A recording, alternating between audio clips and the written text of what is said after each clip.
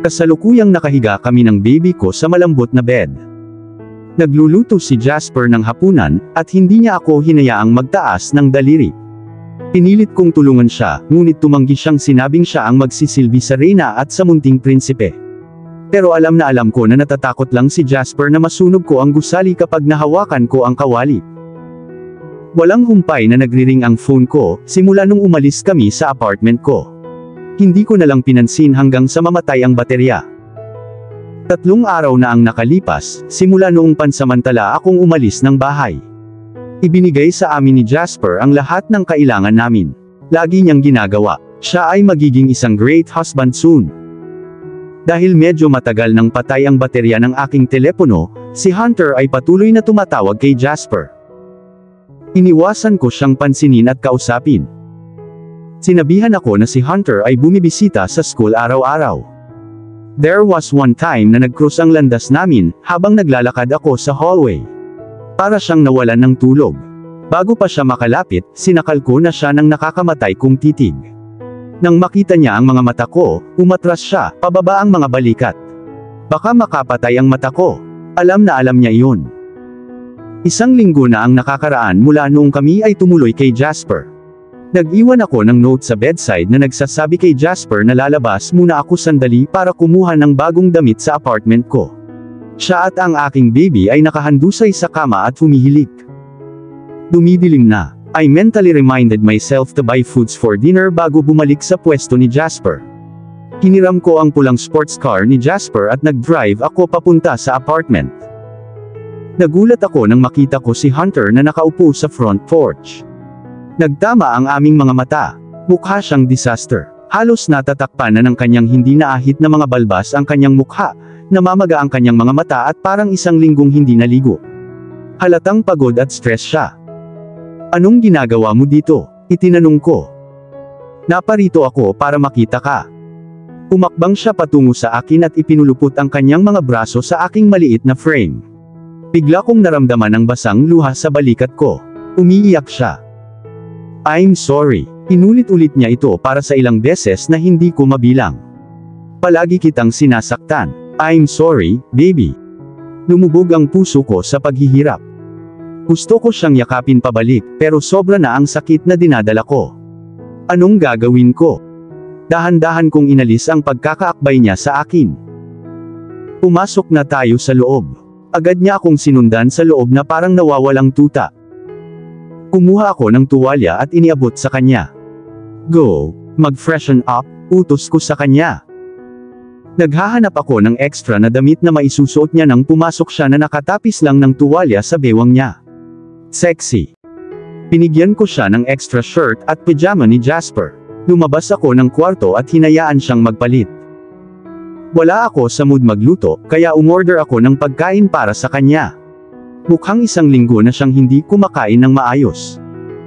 Maupo ka, sabi ko sa kanya habang inaayos ang mga pagkain sa mesa. Hindi ka ba kakain? Mahinang tanong niya.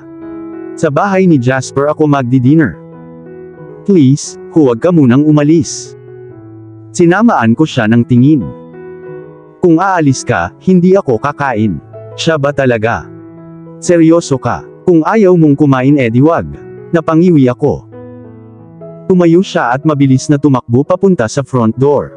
Itinaas niya ang kanyang mga braso na humarang sa daan patungo sa pintuan.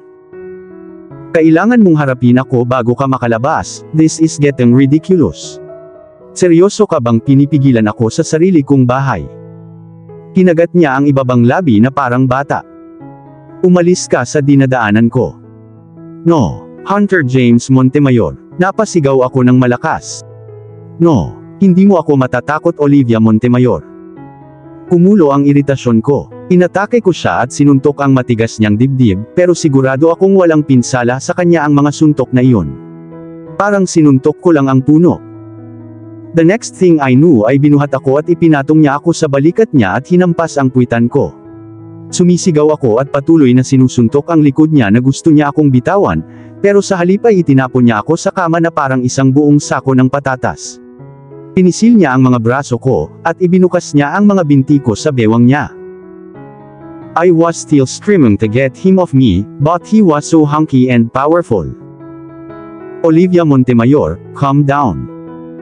Get off me. I swear I will kill you. No, hindi mo gagawin. Oo, kaya ko. No, hindi mo kaya. Sinakop ng mainit niyang labi ang labi ko. Kumawag-kawag ako at lumalaban para makalayo, ngunit wala itong silbi. Naghahanap na ng daan ang dila niya, pero pinipigilan kong nakazip ang labi ko. Ang kanyang mga mata ay sumisigaw ng darkness at passion. Ang aming missionary position ay nagpalala sa sitwasyon. Ibuka mo ang iyong bibig, baby, tinutokso niya ako. Nabighani ako. Ibinuka ko ang aking mga labi at dahan-dahan niyang pinasok ang aking bibig gamit ang kanyang magaling na dila. Nakita ko ang sarili kong tumutugon sa mga halik niya. Hinawakan niya ang mukha ko at mas pinalalim ang dila niya sa loob ng bibig ko. Ipinikit ko ang aking mga mata upang muling buhayin ang aking katinoan, ngunit nakalimutan ko kung saan ko ito iniwan. Sobrang nalunod ako sa mainit niyang matamis na labi. Pakikinggan mo ba ako ngayon? Mahinang tanong niya. Ibaba mo muna ako. No, hindi kita papakawalan. Hindi na mauulit. Sinuklay niya at malayang ginulo ang buhok ko sa kama. Ngumiti siya ng kinakabahan. Pinibisita kita sa school simula noong inalok ni Jasper na bantayan ang anak natin. Inassist ako ni Mr. Patrick pero dumating si Miss Victoria at inalok akong tulungan. Patuloy pa rin siya sa pagsasalita at pagtawa sa akin, pero hindi ako nakinig at wala akong pakialam sa sinasabi niya. Ang sincere niyang tono ay unti-unti akong natunaw. Kilala ko si Hunter. Alam ko lahat ng ekspresyon niya. Napuno ang isip ko ng mga ideya kung saan kita dadalhin. I did return a gesture as a respect. I'm sorry, baby. I was insensitive. I should have known it was hurting you already. It was never my intention to hurt you, baby. Nakatitig lang ako sa kanya, walang maisagot. Kahit tanungin mo si Mr. Patrick, pumunta ako doon at ikaw lang ang hinahanap ko. Tumango ako at binigyan siya ng munting sinag. Nilapit niya ang mukha ko sa mukha niya at sentimetro lang ang layo namin sa isa't isa. When I say I am going to get you back, sumusumpa ako sa buong buhay ko at magpakailanman na hindi ako titigil hanggang sa aking huling hininga. Bumagal ang paghinga ko. How could you say that after all you've done to me? Ikaw ang nagtulak sa akin palayo, remember? Siya ay disappointed and crushed, tumingin siya sa ibaba. Nakatanggap ako ng isang mail sa aking opisina bago ako umuwi ng gabing iyon. May mga larawan mo at iba't ibang lalaki sa kama. Sinubukan kong i-proseso ito sa aking isipan. Kinumbinsi ko ang aking sarili na hindi iyon magagawa ng aking asawa. Ngunit, pero hindi ka nagsikap, putol ko. Instead, you listen to the pictures who can't even talk. Hindi ka nakinig sa wife mo na may bibig magsalita. Alam kong niloko ako and I was stupid. You're not stupid. You were not a man enough to your wife. Halos mabulunan ako ng luha ko. We were both aware that our marriage was an agreement. But Hunter, I am and have been always true to my vows. Hindi na napigilan ng luha ko. Sinubukan kong lumayo, ngunit kinulong ni Hunter at pinagsalikop ang aking mga kamay gamit ang kanyang mga kamay. Tahimik pa rin siya at nanatiling nakayuko ang ulo niya. What made you believe that I involved with other men? You insisted I should not get a job and just stayed home, I obliged. You hire a platoon to guard the house, hindi ako nagreklamo. You always call me on the phone every chances you get, lagi kong sinasagot. I didn't know you have doubts. I'm sorry. I'm sorry I was not good enough. I'm sorry hindi ako ang wife na kailangan mo. I'm sorry hindi ko na-meet at na-achieve ang expectations mo. I'm sorry hindi kita nasiyahan sa gusto mo, yung mga babaeng meron ka noon. I'm sorry na virgin ako at walang karanasan. Humihikbi ako ng husto. Sobra na ito. Bakit kailangang ganito kasakit? No, baby, don't say that. Wala kang dapat pagsisihan. Ikaw ang lahat ng gusto ko at kailangan ko. Ikaw ang lahat ng pinagdasal ko. Pinulupot niya ang mga braso niya sa bewang ko, at hinalikan ako sa noo. You're not that woman. I know you wouldn't do it to us. Nakumpirma mo na ba na hindi ako iyon? I had it investigated. It was all photoshopped. So nung nalaman mo na Photoshop lahat, that guaranteed you that I was innocent. I waited for the exact words pero tahimik lang siya. Gusto kong marinig mula sa kanya na nagtiwala siya sa akin ng higit sa anumang bagay sa mundong ito, na naniniwala siyang wala akong kasalanan dahil mas nagtiwala siya sa akin. Sino ang nagpadala sa iyo ng mga larawan? Wala itong pangalan. Sinuri rin ni Miranda ang mga larawan, at oh, Miranda, yung ex-girlfriend mo. Hindi ako nagulat. Tawa ako ng tawa. Ngayon, masasabi kong tanga ka talaga.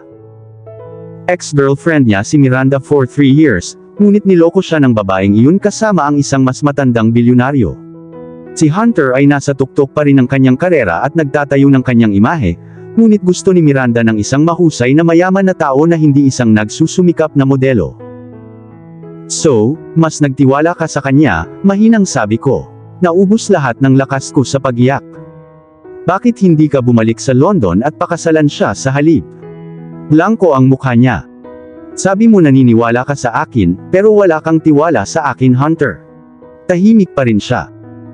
Pinunasan ko ang luha ko at bumaba sa kama. Bago pa ako makalapit sa pinto ay huminto ako at tumalikod. Hunter, agad niya akong tinignan. Kinakabahan akong napabuntong hininga. Did you ever love me? Because I still do. At dito na po, nagtatapos ang part 10 ng ating kwento. Sabay-sabay po nating abangan ang susunod na kabanata. Maraming salamat po. God bless and stay safe.